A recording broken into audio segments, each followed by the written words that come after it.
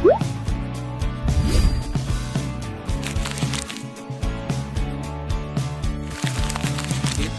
bersandiwara.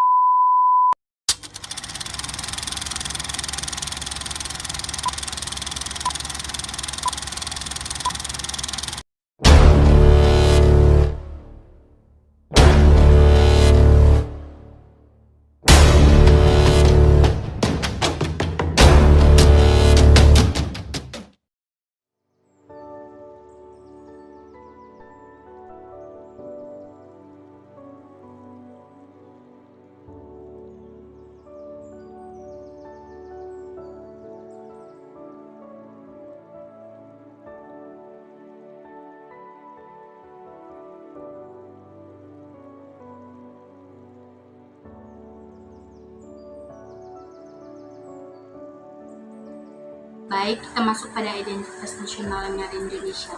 Selanjutnya kita masuk pada materi pembahasan. Nah, ini patut kita pertanyakan pada diri kita sendiri, apakah kita tahu arti dari identitas?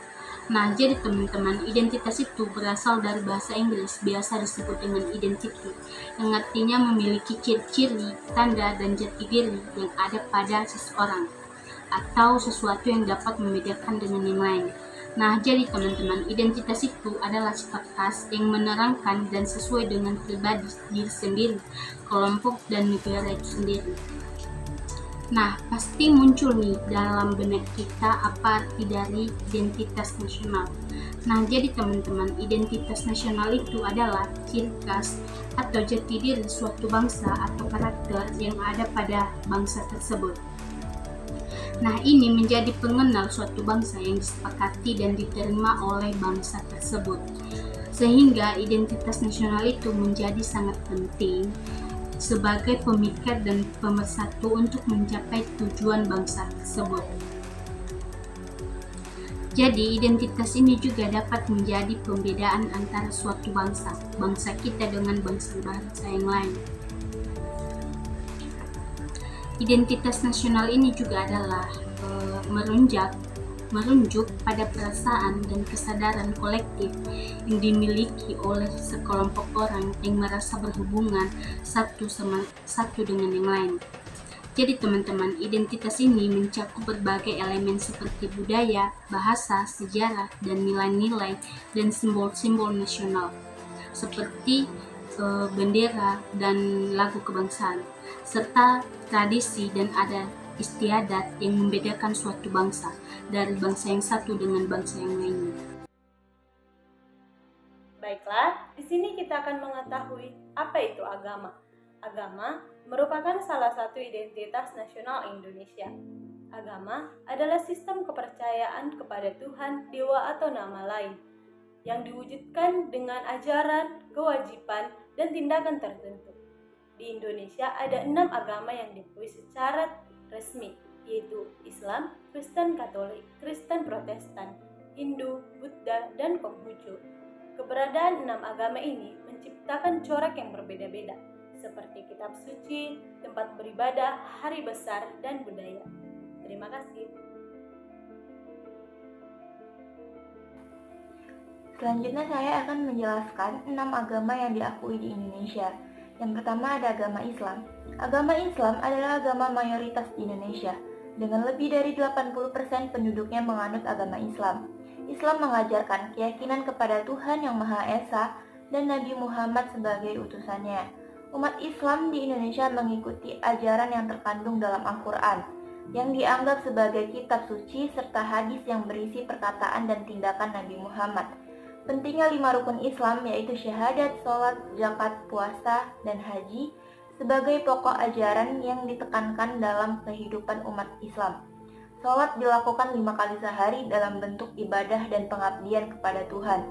Puasa di bulan Ramadan merupakan salah satu cara untuk mendekatkan diri kepada Tuhan melalui pengendalian diri. Zakat adalah kewajiban sosial membantu meringankan beban sesama. dan haji adalah ibadah tahunan yang wajib bagi umat Islam yang mampu. Islam di Indonesia juga memiliki berbagai aliran dan mazhab, dengan mayoritas mengikuti Sunni, meskipun ada juga kelompok Syiah dan aliran-aliran lainnya. Selanjutnya yang kedua ada agama Kristen Protestan.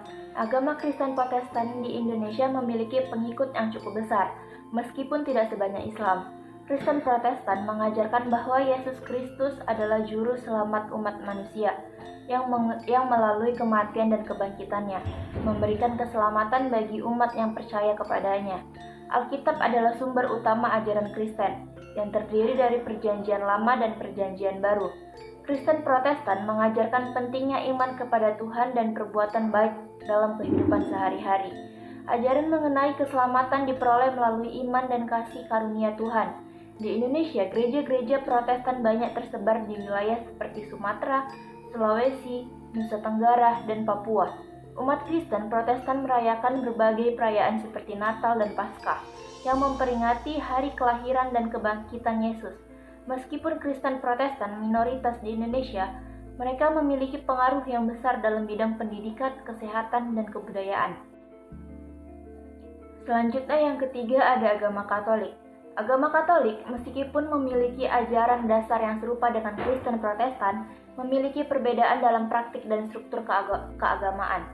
Katolik mengakui otoritas Paus di Roma sebagai pemimpin tertinggi gereja dan memiliki tradisi sakramen yang lebih banyak dibandingkan dengan Protestan, seperti pengakuan dosa, penjamuan kudus, dan baptisan.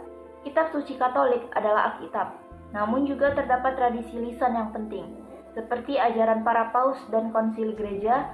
Bagi umat Katolik, perayaan misa dan sakramen-sakramen seperti Ekaristi sangat penting dalam kehidupan keagamaan.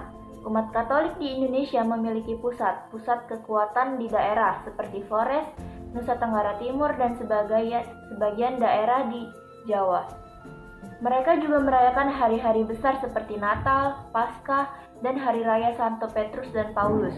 Katolik di Indonesia juga memiliki peran besar dalam pendidikan dan kegiatan sosial melalui berbagai lembaga pendidikan dan kesehatan.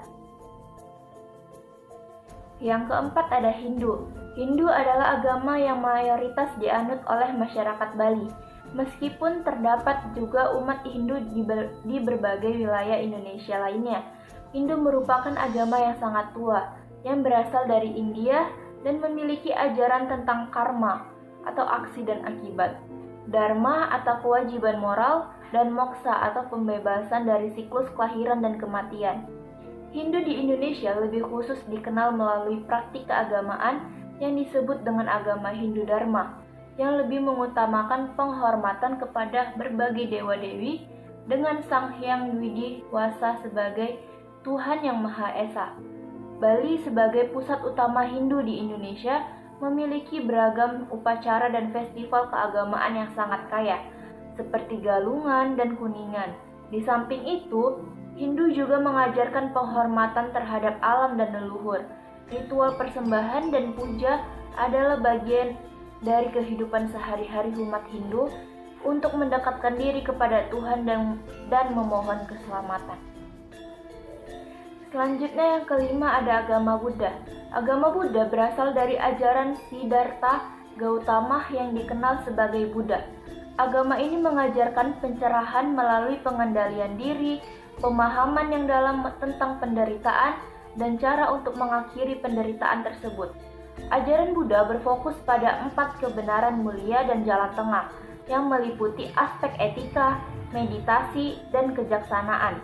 Di Indonesia, agama Buddha sebagian besar dianut oleh masyarakat Tionghoa, meskipun ada juga komunitas lain yang memeluk agama ini.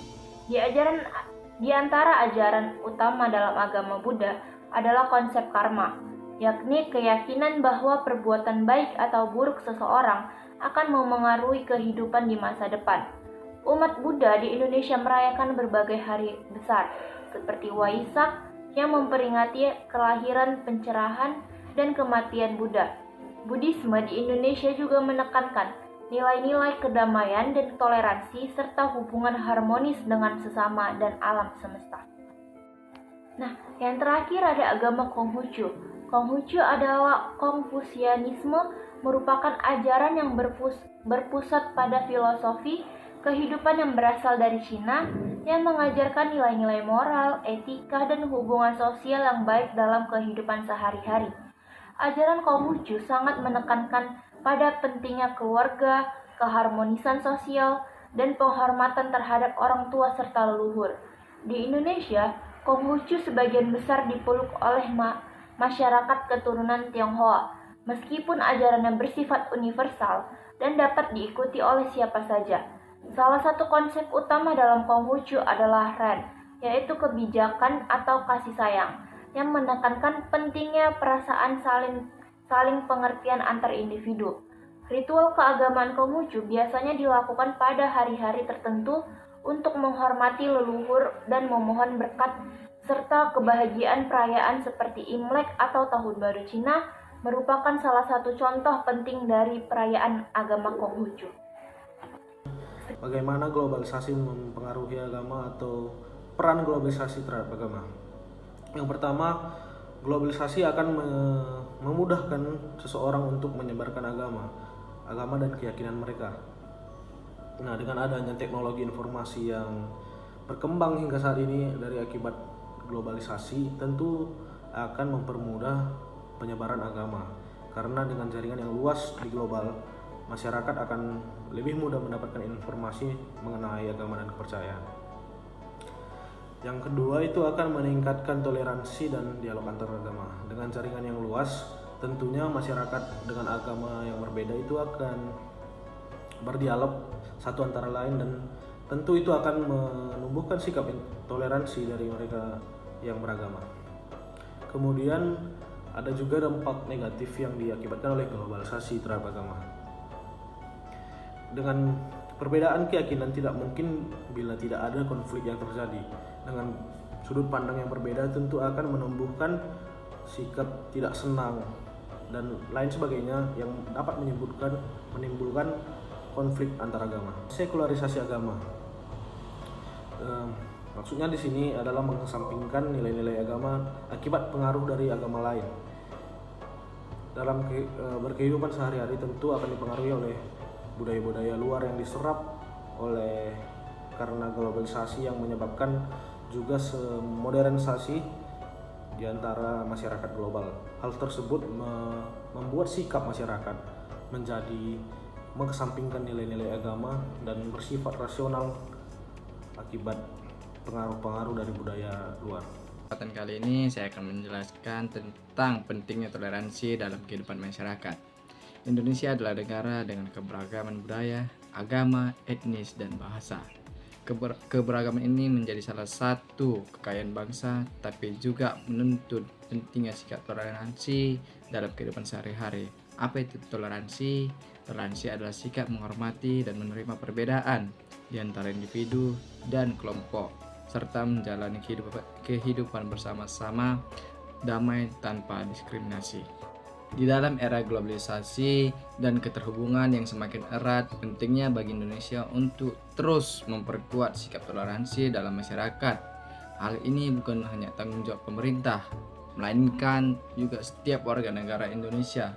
Semua pihak harus bekerja sama untuk menciptakan lingkungan yang damai dan tentram, menghargai perbedaan, dan menjunjung tinggi nilai-nilai kebersamaan. Sekarang aku bakal ngejelasin dampak-dampak ketidakadaan toleransi di era globalisasi. Untuk yang pertama ini aku bakal ngejelasin dulu ya, apa itu globalisasi. Globalisasi itu merupakan sebuah proses di mana batas-batas antar negara itu menjadi kabur lewat ada teknologi informasi dan komunikasi. Dunia menjadi lebih terhubung dan memungkinkan pertukaran budaya, ekonomi, dan ideologi semakin cepat luas. Oke, lanjut kepada dampak ketidakadaan toleransi ini di era globalisasi. Yang pertama, terjadinya konflik sosial yang memicu konflik sosial baik antara individu maupun di kelompok, dari keberagaman budaya yang tidak bisa menyatu antar satu dengan yang lainnya atau antara kelompok dengan kelompok. Yang kedua, erosi identitas nasional, membuat masyarakat sulit bersatu menghadapi tantangan globalisasi.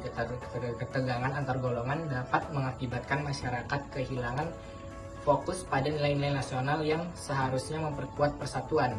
yang artinya nilai-nilai nasional ini bakalan hilang akibat adanya era globalisasi apabila sifat toleransi ini tidak diadakan. Yang ketiga, meningkatkan radikalisme dan polarisasi. Meningkatkan radikalisme dan polarisasi ini karena ketidakadaan toleransi ini sering dimanfaatkan oleh pihak-pihak tertentu untuk menyebarkan ideologinya masing-masing, sehingga orang-orang menjadi tidak memiliki ketidakmampuan akibat memahami perspektif orang lain. Yang keempat, kehilangannya harmoni sosial.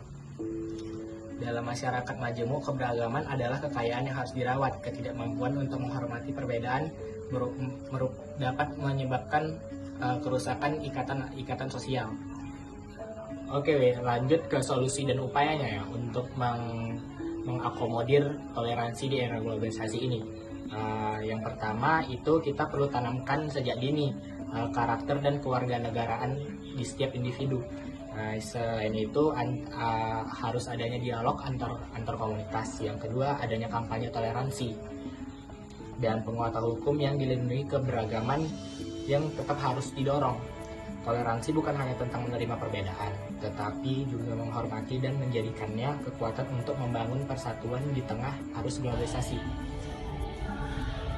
Sebelumnya kan sudah dibahas apa saja dampak ketidakadaan toleransi di era globalisasi. Selanjutnya kita akan membahas membangun toleransi melalui pendidikan dan dialog.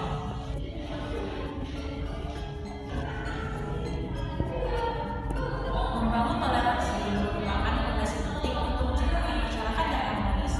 Nah, salah satu cara paling efektif ialah melalui pendidikan dan dialog. Nah, pendidikan membuka wawasan kita terhadap keberagaman budaya, agama, dan kepercayaan. Sementara itu, dialog memberikan kita ruang untuk saling mengenali, memahami, dan menentukan prasangka. Dengan mengedepankan kedua hal ini, kita diharapkan bisa menciptakan hubungan yang lebih baik, inklusif, dan saling menghargai. Untuk penerapan dalam kehidupan sehari-hari, saya bertanya langsung kepada beberapa teman saya yang memiliki keyakinan yang berbeda dengan saya, seperti bagaimana pandangan kepercayaan mereka terhadap toleransi. Lalu, apa pendapat mereka mengenai peranan pendidikan untuk memahami pentingnya toleransi dan bagaimana sih toleransi dalam kehidupan sehari-harinya mereka?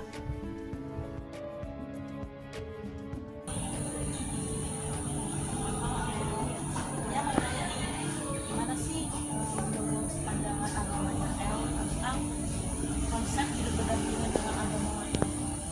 Oh, dari agama sebelumnya nih, karena kan kita nih di Indonesia dengan banyak suku rasa agama ya, pastinya harus ada toleransi kan, dan dari agama juga diajarkan untuk saling mengasihi dan menghormati perbedaan yang ada.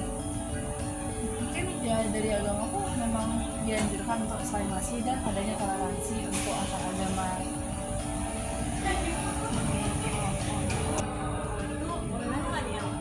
Sebelumnya pernah nggak Elo ngalamin gimana menghadapi tantangan atau momen gimana toleransi ini menguji itu berasal dari agama lain? Pernah nggak?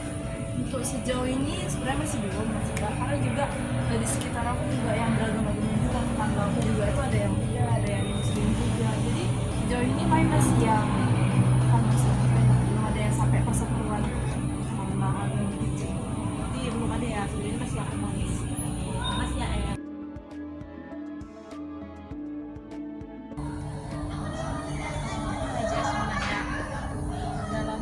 Ada nggak nilai atau ajaran dalam agama Jaslin yang menurut Jaslin ini bisa mendukung terciptanya toleransi dan harmoni dalam masyarakat? Kalau dari ajaran Buddha itu sih ada 4 luhur yang sebaiknya kita kembangkan dalam masing-masing, dan salah satunya itu adalah metta atau cinta kasih. Jadi cinta kasih di sini artinya kita selalu mengupayakan untuk mengharapkan kebahagiaan bagi semua makhluk, jadi tidak membeda-bedakan. Menurutku kalau nilai ini bisa kita kembangkan di masing-masing, itu tentunya akan mengurangi lah sikap intoleransi yang dapat menyebabkan perpecahan. Itu sih Jess. Nah jadi menurut Jaslin ini gimana pendidikan bisa membantu generasi muda untuk lebih memahami pentingnya toleransi itu? Mungkin untuk pertanyaan ini saya akan mengutiplah dua kalimat yang ada dari ajaran Buddha. Yang pertama itu tentang pentingnya pendidikan. Jadi kalau kita mengutip dari Dhammapada, ada satu syair yang mengatakan kalau seseorang yang tidak mau belajar itu akan menua seperti sapi, di mana dagingnya itu akan bertambah tapi kebijaksanaannya itu tidak akan berkembang. Nah itulah salah satu syair yang menunjukkan pentingnya pendidikan dalam ajaran Buddha. Lalu yang kedua itu ada dari tulisan di Prasasti Batu Kalingga 22 dari Raja Asoka, di mana di situ tertulis bahwa sebaiknya kita itu tidak menghormati hanya agama sendiri dan mencela agama orang lain tanpa dasar atau bukti yang jelas. Nah, di sini menurutku salah satu sebab dari intoleransi adalah tidak adanya pemahaman dari kita tentang ajaran atau kepercayaan dari orang lain. Jadi menurutku kalau kita menyisihkan waktu untuk mempelajari atau memahami agama dan kepercayaan orang lain itu, otomatis kita akan menyadari, oh ternyata semua agama itu sebenarnya intinya itu mengajarkan kebaikan, dan menurutku otomatis itu akan mendorong kita lah untuk lebih toleran dan lebih memahami perbedaan yang kita ada. Nice, makasih ya Jess atas jawabannya. Gini, jadi di kehidupan sehari-harinya Jimmy ini, apa sih yang pernah Jimmy lakukan untuk melakukan toleransi terhadap sesama lingkungan Jimmy yang berbeda agama? Apa aja sih yang pernah Jimmy lakukan? Pertama itu pernah saya lakukan tidak ribut lah dalam tempat ibadah atau di sekitar tempat ibadah misalkan.